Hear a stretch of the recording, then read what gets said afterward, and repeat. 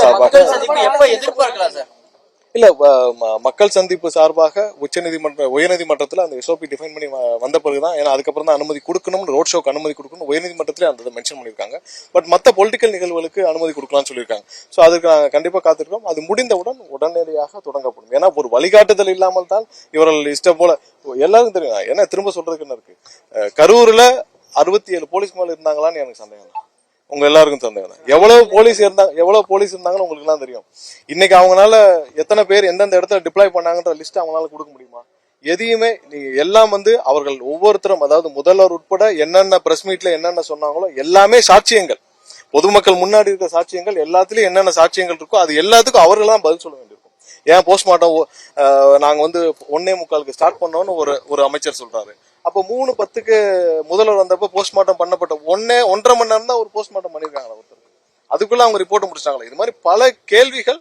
3:15 மணிக்கு முதல்வர் 3:10 வந்துட்டாருன்னு நினைக்கிறேன். அந்த டைம்ல முதல்வருக்கான மலர் வழியும் அங்க வைக்கிறாங்க. சோ அப்ப 1 மணி நேரம் கூட போஸ்ட்மார்ட்டம் பண்ணலையா? சோ இதற்கான பல கேள்விகளுக்கு விடை காலம் தான் பதில் சொல்லும். விசாரணை நடந்துட்டு இருக்கு.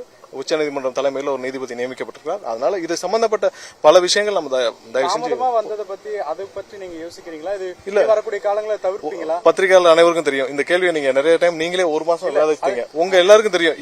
இதுல இருந்த பெரும்பாலானோர் அன்னைக்கு எங்களோட டிராவல் பண்ணீங்க. தாமதத்துக்கு என்ன நீங்க தெரியும். அதாவது கிட்டத்தட்ட 2500 டூ வீலர் தலைவருடைய வாகனத்தை சுற்றி இருந்தது. அதை தடுக்க உங்களுடைய வாகனங்களையும் சேர்த்து, ஏன்னா நீ எங்க காலதாமதம் ஆச்சுன்னு உங்களுக்கு தெரியும். 1 மணி நேரம் டிராவல் பண்ணக்கூடிய இடத்துக்கு 7 மணி நேரம் ஆகுது நாங்க எங்களுடைய வாகனங்கள் மூவ் ஆறதுக்கு. இதுல நான் தான் முன்னாடி போய் எல்லாரையும் தடுக்கிறதுக்கும் உங்க வாகனங்களை திருப்பி விடுறதுக்கும் அங்க இருந்த டூ வீலர்களும் திருப்பி விடுறதுக்கு. பொது வெளியில நாங்க கண்ட்ரோல் எடுத்து பண்ண முடியுமா? இப்ப இங்க இருக்கிற சாலை இருக்கு. இந்த சாலையில நாங்க போய் தடுப்புகள் அமைத்து நாங்க போய் இந்த வாகனத்தை இப்படி போன்னு சொல்லுமா? காவல்துறை தான் செய்ய முடியும். எதுக்கு நாங்க காவல்துறை போய் ஒரு விஷயத்துக்கு அனுமதி கேட்கிறோம், ரூட்லாம் சொல்றோம். இது காவல்துறை தான் பண்ண முடியும். இப்ப ஒரு நிகழ்ச்சி இப்போ எங்களுடைய அரங்கிலையோ இல்ல வெளியே அரங்கிலையோ நடக்குது, அரங்கிலையோ மாநாட்டுல, அது எங்களுடைய பிரமிசஸ். அந்த இடத்துல நாங்கள் எப்படி வேணாலும் நாங்க தடுத்துக்கலாம். மீடியா அங்க இருக்கணும்னு. பொது இடங்கள்ல அது பப்ளிக்கோட இடம். அதுல நாங்க எப்படி தடுப்புகள் அமைக்க முடியும், யார் எங்க போகணும்னு சொல்ல முடியும், என்ன பண்ண முடியும்? சோ அங்க எதுக்கான டிலேன்னு உங்களுக்கு எல்லாருக்கும் தெரியும். எந்த இடத்துலயும் காவல்துறையோ இல்ல அங்க இருக்கிற லோக்கல் அட்மினிஸ்ட்ரேஷனோ எதுவுமே அங்க இருக்க டிராபிக்கை சரி பண்ணல. அதனாலதான் டிலேன்றது எல்லாருக்கும் தெரியும். காவல்துறை அப்படிங்கிறப்ப அந்த இடத்துக்கு வந்த உடனே விஜய் அவர்கள் பாராட்டினதும் காவல்துறை தான் அப்படின்ற ஒரு இல்ல, நீங்க தலைவருடைய பாராட்டு எதற்குன்னா, எங்கேயும் இல்லாதபடி அந்த இடத்திற்கு வேகமாக எங்களை கொண்டு வந்து நிறுத்தியது காவல்துறை. தலைவருடைய வாகனத்தை எங்களுக்கு அது ரொம்ப சர்ப்ரைசிங்கா இருந்துச்சு. இது எல்லாத்திற்கும் தானே. ஏன்னா அந்த இடத்துல வேகமா எங்களுடைய தலைவர் வாகனத்தை அனைத்தையும் ஒதுக்கிவிட்டு நிறைய இடத்துல ஏன் நீங்க முன்னாடி நிப்பாட்டல அப்படின்னு கேட்டாங்க. முன்னாடியே காவல்துறையே காவல்துறை தானே எங்களை கொண்டு வந்து எங்களுடைய தலைவருடைய வாகனத்தை அந்த இடத்துல நிப்பாட்டினாங்க. காவல்துறை தானே வேகமா கொண்டு வந்து அந்த இடத்துல நிப்பாட்டினது. சோ அந்த இடத்துல ஏன் நிப்பாட்டினாங்கன்னு அவங்க தான் விடை சொல்லணும். சோ அந்த நிப்பாட்டினதுக்காக எங்களுடைய தலைவர் ஏன்னா இவ்வளவு வேகமா எந்த மாவட்டத்தில் இல்லாத அளவுக்கு இந்த மாவட்டத்தில் இவ்வளவு வேகமாக காவல்துறை அனைவரும் சேர்ந்து நம்ம வாகனத்தை இங்க நிறுத்தி இருக்கிறார்களே அப்படின்னு சொல்லிதான் மேலே ஏறியவுடன் நன்றி சொன்னார். அதற்கு பின்னால் என்ன நடந்துச்சுன்னு நீங்க எல்லாம் பாத்தீங்க. இல்ல, கண்டிப்பா அது சம்பந்தப்பட்ட நிறைய விஷயங்கள் சம்பந்தப்பட்ட அறிவிப்புகள் அறிக்கைகள் கண்டிப்பாக வரும். இப்ப நிர்வாக கூட்டம் இப்பதான் முடிவடைந்திருக்கு. நிறைய முடிவுகள் எடுக்கப்பட்டிருக்கு. அது தலைவருடைய ஒப்புதலுக்கு பின்னர் கண்டிப்பா. புகைப்படங்கள் எதுவுமே வெளியாகல. இல்ல, அது தனிப்பட்ட சந்திப்பு. இதுல எதையும் அதான் நான் சொல்றேன். இது எங்களுக்கு கண்டிப்பாக மிகப்பெரிய ஒரு துக்கம். அதனால நாங்க இது எதையுமே பொலிட்டிசைஸ் பண்ண வரல. எதற்காக பேசலன்னா நாங்க இதை வைத்து இவங்களுடைய மரணத்தை வைத்து நாங்க பேசி பொலிட்டிசைஸ் பண்ண வேண்டிய அவசியமே எங்களுக்கு கிடையாது. ஏன்னா மக்கள் இப்ப வரைக்கும் 41 பேரும் எங்களோட இருக்கிறாங்க. அதனால நாங்க அனைத்து மக்களும் இருக்காங்க. அவங்களுடைய மரணங்களை வைத்து நாங்க பேசியோ பொலிட்டிசைஸ் பண்ணியோ பண்ண வேண்டிய அவசியமே கிடையாது. மக்கள் எங்களோட இருக்காங்க. அதனால 100% இதை சம்பந்தப்பட்ட இல்ல, அது நாங்க அதுல உள்ள அவங்களுடைய குடும்பத்துக்குள்ள ஒரு சில பிரச்சனைகள் இருக்குது. அதனால கவர்மெண்டே அவங்களுடைய குடும்பத்துல வேற ஒருத்தருக்கு தான் பணம் அமைச்சிருக்காங்க. அது சம்பந்தப்பட்டதை நீங்களே போய் கேட்டுக்கலாம். இல்ல, பொதுச்செயலாளர் தலைமையில் நடந்த கூட்டம். இதோட முடிவுகள் அனைத்தும் எங்களுடைய தலைவருக்கு போகும். தலைவருடைய அனுமதியின் பெற்ற பேர்ல என்னென்ன அறிக்கைகள் எப்படி பண்ணணும் இருக்கும். கண்டிப்பாக அடுத்த அறிவிப்பு. கரூர் நேரடியாக செல்லாதது குறித்து பல்வேறு விமர்சனங்கள் இருந்தது. நேற்று தலைவர் சந்திச்சிருக்காங்க. எதற்காக செல்லல இந்த மாதிரியான? இல்ல நம்ம எல்லா கட்டத்திலும் நீங்க பாத்திருப்பீங்க. ஒவ்வொரு இடத்துலயும் எங்களுக்கான என்னென்ன தடைகள் என்னென்ன பிரச்சனைகள் இருக்குன்னு நீங்க எல்லாருக்கும் தெரியும். நாங்கள் முதல் நாளே கண்டிப்பாக மக்களை சந்திக்க நானும் என்னுடைய பொதுச் செயலாளர் எங்களுடைய பொதுச் செயலர் அனைவரும் அங்கே கரூருக்கு வெளியிலே காத்திருந்தோம். ஆனால் அதற்கான அனுமதி எங்களுக்கு கரூர் ஊருக்குள்ள செல்ல அனுமதிக்கப்படவில்லை. அதில் கிட்டத்தட்ட 2:30 மணி 3 மணி வரைக்கும் நாங்கள் இது உச்சநீதிமன்றத்தில் தெளிவாக தாக்கல் செய்யப்பட்டிருக்கோம். 2:30 3 மணி வரைக்கும் நாங்கள் காத்திருந்தோம். அதற்கு பின்னர் எங்களுக்கு வந்த தகவலின் அடிப்படையில் அனைத்து ரோடுகளும் தடை செய்யப்பட்டது. உள்ளே யாரும் அவ்வளவு சீக்கிரம் போக முடியாது. எந்த கொடி கட்டிய வண்டி, அதாவது தமிழக வெற்றிக் கழகம் கொடி கட்டிய எந்த வண்டியும் வாகனமும் காவல்துறை உள்ளே அனுமதிக்கவில்லை. அனைத்து நிர்வாகிகளும் தாக்கப்பட்டார்கள். அனைவரும் தாக்கப்பட்டு வெளியேற்றப்பட்டார்கள். அதான் ஆக்சுவலா சொல்லணும்னா அனைத்து நிர்வாகிகளையும் அங்க இருந்த நிர்வாகிகள் அனைவரும் தாக்கப்பட்டு வெளியேற்றப்பட்டார்கள். அதற்கு பின்னால் கிட்டத்தட்ட 2:30 மணி அளவுல எங்களுக்கு வந்து முதல்வர் எல்லாரும், நீங்க அந்த நிகழ்வு எல்லாம் நீங்க பாத்திருப்பீங்க, நடந்த நாடகங்கள் எல்லாம் நீங்க பாத்திருப்பீங்க, ஒவ்வொரு நாடகத்தையும் பாத்திருப்பீங்க, ஒவ்வொரு இடத்தையும் பாத்திருப்பீங்க.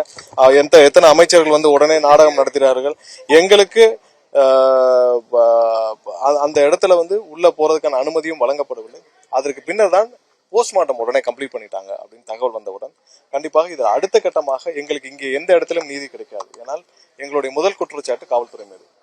எங்களுக்கு எங்கேயும் நீதி கிடைக்காது, உயர்நீதிமன்றத்தை தான் நாட வேண்டும் என்று உடனடியாக சென்னை வந்து உயர்நீதிமன்றத்தில் அன்னைக்கு நீங்க இதே பத்திரிகையாளர்கிட்ட நாங்கள் சொன்னோம், நீதிமன்றத்தில் தான் முறையிட முடியும், நாங்கள் கண்டிப்பாக முறையிட்டோம். அதுக்கு அடுத்து நடந்த நிகழ்வுகளையும் பார்த்திருப்பீங்க. இவர்கள் எல்லாம் என்ன நினைச்சார்களோ அது கண்டிப்பாக நடக்காது. இவர்கள் எல்லாம் கட்சியை முடக்கணும், இல்ல எல்லாத்தையும் முடக்கணும்னு நினைச்சாங்க, அது கண்டிப்பாக நடக்காது. மக்கள் கண்டிப்பாக எங்களுடைய தலைவர் மீது முழு நம்பிக்கை வைத்திருக்கிறார்கள், 100% நம்பிக்கை வைத்திருக்கிறார்கள். இந்த மொத்த இன்சிடென்ட் எப்படி நடந்ததுன்னு மக்கள் அனைவருக்கும் தெரியும். இதுல ஒன்றும் நாங்க சொல்றதுக்கு ஒன்றும் இல்லை. எங்களுக்கான ஒரே துக்கம் 41 பேர் எங்களுடைய சொந்தங்கள், எங்களுடைய உறவுகள், எங்களுடைய சகோதரர்கள், எங்களுடைய சகோதரிகள், குழந்தைகள் பலியானது மட்டும்தான் மிகப்பெரிய துக்கம். அது கண்டிப்பாக எந்த காலகட்டத்திலும் அதை மீள முடியாத துக்கம். மற்றபடி இதுல யாருக்கும் எந்த நெருக்கடியும் கிடையாது, யாரும் எங்களை நெருக்கடியும் கொடுக்க முடியாது. அதற்கெல்லாம் பயந்து யாரும் இங்க இல்லை. ஒரே ஒரு விஷயம், இந்த 41 பேருடைய மரணம் மட்டும்தான் எங்களை கடுமையாக பாதிக்குது. மற்றபடி இதுல எந்த விஷயத்திலையும், எந்த இடத்திலையும், எந்த ஒரு நொடியிலும் யாருக்கும் இந்த தொய்வும் இல்லை. நாங்கள் கண்டிப்பாக இதை விட பெரிய நெருக்கடியெல்லாம் எதிர்கொள்ள நம்ம மனதிடத்துல தான் இருக்கோம். ஆனா ஒண்ணு இந்த 41 பேரோட உயிரிழப்பு மட்டும்தான் எங்களுக்கு. அது காத்திருந்து அனுமதி கிடைக்கலன்னு சொல்றீங்க. உங்களுடைய வாகனத்தை போலீசார் தடுத்து உங்களை அனுமதிக்கலையா, இல்ல நீங்க போலீஸ் கிட்ட பெர்மிஷன் கேட்டீங்களா போறதுக்கு? இல்ல அது நான் உச்சநீதிமன்றத்துல சொல்லியிருக்கோம். நான் என்னன்னா இதோட இந்த கரூர் சம்பந்தப்பட்ட நீங்க எதுவும் இதுக்கு மேலேயே நம்ம பேச வேண்டாம். ஏன்னா நிறைய விஷயங்கள் நாங்கள் கண்டிப்பாக இதை தொடர்ந்து சிபிஐ இடத்துல எங்கள்கிட்ட என்னென்ன ஆதாரங்கள் இருக்கிறத கொடுப்போம், எல்லாமே கொடுப்போம். நேற்று வந்தவர்கள் நிறைய பேர் பேசியிருக்காங்க, அந்த வீடியோ நிறைய பத்திரிகைகள் எடுத்து போட்டிருக்கீங்க. என்ன நடந்ததுன்ற உண்மை எல்லாருக்கும் தெரியப்பட வேண்டதான் எங்களுடைய விருப்பம். இதுல எந்த விதத்திலும் எந்த தொய்வும் எந்த இடத்துலயும் இல்ல. ஒன்னே அந்த 41 பேர் உயிரிழந்தது மட்டும்தான், எந்த இதுவும் கிடையாது. அடுத்த கட்டத்திற்கு நாங்கள் நோக்கி நன்றி. 2000 வாகனம் வந்துச்சு, 2 வீலர்ஸ் வந்துச்சுன்னு சொன்னீங்க. அதே மாதிரி முன்னாள் அமைச்சர் செந்தில் பாலாஜி பேசும்போது இது வந்து கட்டுப்படுத்த முடியாத கூட்டம் இல்ல, இது கட்டுப்பாடற்ற கூட்டம் அப்படின்னு சொன்னாரு. அதுக்கு இல்ல இதுல எதை வச்சு அப்படி சொல்றாருன்னு தெரியல. அதாவது இது என்ன கட்டுப்பாடற்ற குற்றம், கட்டுப்படுத்த முடியாத குற்றம்னு காவல்துறை எதுக்கு இருக்காங்க? அப்ப காவல்துறையினால கட்டுப்படுத்த முடியாதுன்னு அவர் ஒத்துக்கிறாரா? எவ்வளவு காவல்துறை அங்க டிப்ளாய் பண்ணிருந்தாங்க? எதுக்காக லத்தி சார்ஜ் பண்ணாங்க? லத்தி சார்ஜோட செய்திகள் முதல்ல பல பத்திரிகைகள் வந்துச்சு. அதற்கப்புறம் அந்த செய்தி ஒரு துளி அளவுல எங்கேயும் வரல. லத்தி சார்ஜோட செய்தி வந்து முதல்ல நேஷனல் மீடியாலயும் வந்துச்சு, இங்க இருக்கிற பல மீடியாக்கள் உடனே வந்துச்சு. எங்கேயாவது ஒரு அமைதியான கூட்டத்தின் மேல லத்தி சார்ஜ் நடந்திருக்கா? லத்தி சார்ஜை பத்தி வந்துச்சுல்ல, ஏன் லத்தி சார்ஜ் பண்ணணும்? ஒரு அமைதியான இருக்க கூட்டம், பெண்களும் குழந்தைகள் இருக்கிற இடத்துல எதுக்கு லத்தி சார்ஜ் பண்ணணும்? அது சம்பந்தமா ஹியூமன் ரைட்ஸ்ல கம்ப்ளைண்ட் பண்ணிருக்கோம், ஹியூமன் ரைட்ஸ்லயும் அனுப்பிச்சிருக்கோம். இது எல்லாத்திற்குமான விடை கண்டிப்பாக விசாரணை முடிவுல இடைப்பட்ட காலத்துல லத்தி சார்ஜ் நடந்துச்சுன்னு நீங்க தானே பத்திரிகையில போட்டீங்க, அதோட வீடியோவோட போட்டீங்க லத்தி சார்ஜ் நடந்தது. அப்புறம் இல்லன்னா என்ன? இந்த இடைப்பட்ட காலத்துல அதிமுக பொதுக்கூட்டங்கள்ல தாவேக்கானுடைய கொடிகள் பறந்ததா வந்து எடப்பாடி அவர்களே அதை நிறைய விஷயங்கள் இந்த ஒரு மாதத்துல பத்திரிகையாளர் நிறையவரும் எல்லாரும் இல்ல நிறைய விமர்சகர்களும் நாங்க அமைதியாக இருந்தோம். பட் நீங்க எல்லாம் எங்க சம்பந்தப்பட்ட பல விமர்சனங்கள், பல விவாதங்கள் நீங்க நடத்துறீங்க. அது எல்லாத்துக்கும் இப்ப கடைசியில ஏன்ட்ட கேள்வி கேட்டு நீங்க பதில் சொல்லுங்கன்னா கண்டிப்பாக எங்களுடைய நிலைப்பாட்டில் ஒரு மாதத்திற்கு முன்னால் என்ன நிலைப்பாடோ நான் அன்னைக்கே சொல்லிட்டோம். அந்த நிலைப்பாட்டில் எந்த மாற்றமும் இல்ல. ஒரு மாதத்துக்கு முன்னால் என்ன நிலைப்பாடோ அந்த நிலைப்பாட்டில் இப்போ வரைக்கும் எந்த மாற்றமும் இல்லை. நாங்க அமைதியா இருந்தோம், நீங்க எல்லாம் விவாதம் பண்ணிட்டு அப்புறம் அதுக்கு பதில் சொல்லுங்கன்னா நாங்க எங்க போய் பல விஷயத்துல நான் ஒரே வரியில இத பதில் சொல்லணும் முடிவு பண்றேன். ஏன்னா திரும்ப இந்த கொஸ்டின்ஸ் வருது. ஒரு மாசத்துக்கு முன்னால் என்ன நிலைப்பாடோ அந்த நிலைப்பாட்டில் எங்கள் கட்சியில் எந்த மாற்றமும் இல்லை என்பது கண்டிப்பா தெரிவிக்கிறோம். இது கடுமையா விமர்சனம் செஞ்சிருந்தாங்க இந்த ஒரு மாசம். உங்களுடைய விளக்கம் இல்ல, அண்ணன் எல்லாத்தையுமே சொன்னாங்க. சம்பவ இடத்துல 2ஆம் கட்ட தலைவர்கள் போய் பார்க்க அனுமதி தரல. நான் வந்து பர்சனலாக திருச்சி போகிற ஹைவேல தான் ரூம் போட்டு தங்கியிருந்தேன். இது லீகல் பேட்டில் பொலிட்டிக்கல் பேட்டில் வரும்பொழுது இது லீகல் பேட்டில் போய் நாம நகர்ந்துட்டோம். ரெண்டு விஷயம் தான். ஒன்று ஜஸ்டிஸ், இன்னொரு peace. Peace is the ultimate form of justice. அப்போ அமைதியாக இருக்கும் பொழுது அவதூறுகள் அடிகள் எல்லாம் வரதான் செய்யும். அதெல்லாம் தாங்கி தான் அரசியல் நம்ம செய்யணும்.